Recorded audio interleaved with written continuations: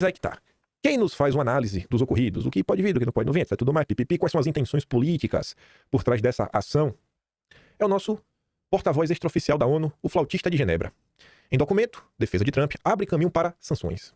Eu acho que o Jamil já te dá um vislumbre, né, do que pode estar por trás dessa ação já na manchete. Sanções. A acusação contra o ministro, por parte da empresa de mídia do Trump, revela que a equipe do presidente americano equipara o juiz brasileiro com a situação do TPI, que é o Tribunal Penal Internacional, órgão que foi alvo de confisco e sanções por parte da Casa Branca. O argumento dado pela defesa de Trump sinaliza que existiria espaço para uma sanção contra o ministro brasileiro, independente do destino do processo e na suposta defesa da soberania americana. Esse caso do TPI, o Jamil Chad foi quem também abordou o tema dentro do Brasil, né, na coluna dele, e a gente abordou sobre isso na semana passada. Foi no início dessa semana, tô na dúvida. Os documentos de acusação, porém, é o argumento da empresa de Trump que chama a atenção de membros do governo. Para justificar a ação, os advogados citam um recente discurso do vice-presidente, o Vance, aquele lá na Europa, todo mundo acompanha, a gente comentou aqui no canal, quase na íntegra, na verdade, analisou, prometendo defender a liberdade de expressão. O tom político dado ao argumento foge da praxe de um texto jurídico, mas as sinalizações vão além.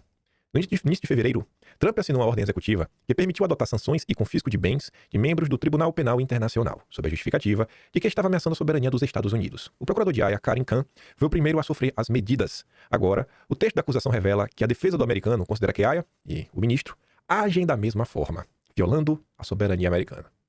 Então, o pessoal pegou um caso concreto que acaba de acontecer, recente, onde o governo americano sanciona um juiz do Tribunal Penal Internacional, lá de Haia, e fala, olha, o que está acontecendo no Brasil é a mesma coisa. Então, você pode, talvez, ao fim e ao cabo, ter algo similar, né? Sanções. Treitas. Ai. Assunto polêmico, né?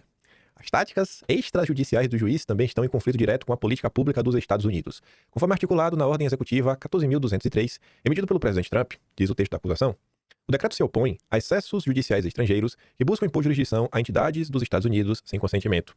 Ao coagir a Rumble a nomear advogados brasileiros e ameaçando com ações punitivas se ela não cumprir, as ações do ministro espelham o tipo de conduta extraterritorial condenada pela ordem executiva. Suas ordens também visam contornar a determinação prévia do governo dos Estados Unidos, ameaçando a soberania da lei dos Estados Unidos e minando a cooperação internacional. Para a defesa de Trump, aspas, os paralelos entre as ações do Tribunal Penal Internacional, condenadas na ordem executiva 14.203, e a conduta do juiz são impressionantes. Paralelos são impressionantes. Similaridades. Ambas envolvem atores judiciais estrangeiros, né, juízes estrangeiros, que pretendem afirmar jurisdição extraterritorial sobre indivíduos e entidades além do seu alcance legítimo ou sem conhecimento dos Estados Unidos. Assim como o decreto de Trump descreve as investigações de Haia e os mandados de prisão contra cidadãos americanos como ilegítimos e ameaçadores, aspas, as ordens de mordaça do ministro buscam impor leis de censura brasileiras a empresas sediadas nos Estados Unidos, infringindo o discurso protegido pela Constituição e operando fora dos limites permissíveis da autoridade judicial. Segundo eles, as ordens do ministro seguem o mesmo padrão de exagero, visam empresas sediadas nos Estados Unidos, como a Rumble e o Trump, deve ser Media, não sei que lá, Group. Essas ordens exigem a remoção de conteúdo legal, conteúdo que não viola a lei americana. Assim como as ações do Tribunal Penal Internacional descritas no decreto, as ações do ministro brasileiro, desconsideram a soberania dos Estados Unidos, ignorando os canais legais apropriados para fazer cumprir tais ordens, aplicando unilateralmente ordens legais estrangeiras a entidades e atividades americanas que estão em total conformidade com a lei dos Estados Unidos. De acordo com a denúncia, a ordem executiva enfatiza ainda que o excesso judicial estrangeiro não é uma questão meramente processual, mas uma ameaça substantiva aos Estados Unidos, ameaçando agora os Yankees.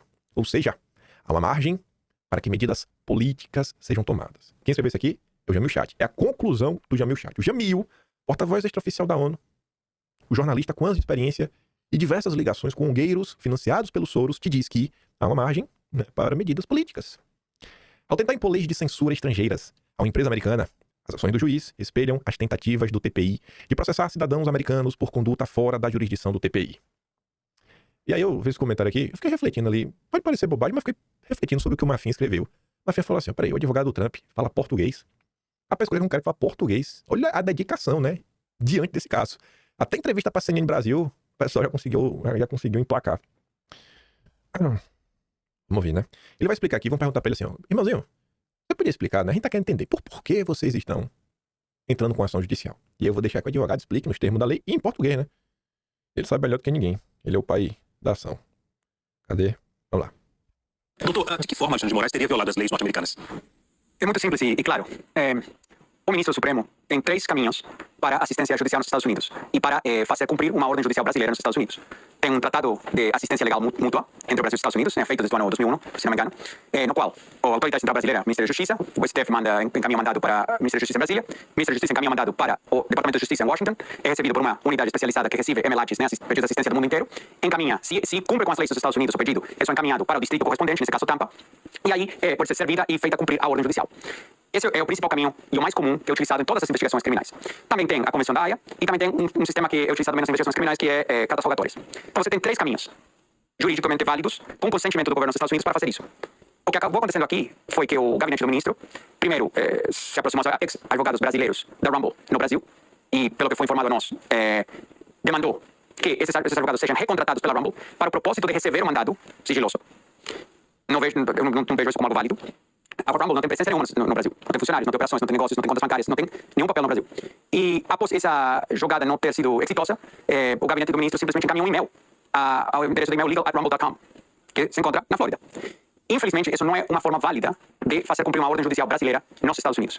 Isso que dispara os assuntos de soberania digital que estamos falando. Por quê? Porque a ordem, como foi descrita no complaint, na denúncia no Fórum Federal em Tampa, demanda que a Rumble aplique medidas de censura sobre uma pessoa que não tem sido identificada, mas que é residente dos Estados Unidos.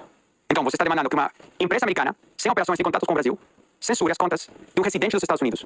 Por razões que não foram explicadas, mas você pode chegar às suas próprias conclusões. E também foi solicitado que a Rumble bloqueie o fluxo de fundos desde a Rumble e desde todos os contribuidores, que faz propaganda, etc., com essas contas, para o usuário. Ou seja, cortar o fluxo de fundos de uma empresa americana a um usuário residente dos Estados Unidos. Então, para a proposta da lei, um usuário americano, qualquer pessoa que se encontra fisicamente dentro do território nacional dos Estados Unidos, está protegida pela Constituição dos Estados Unidos. Porém, aplica a primeira emenda.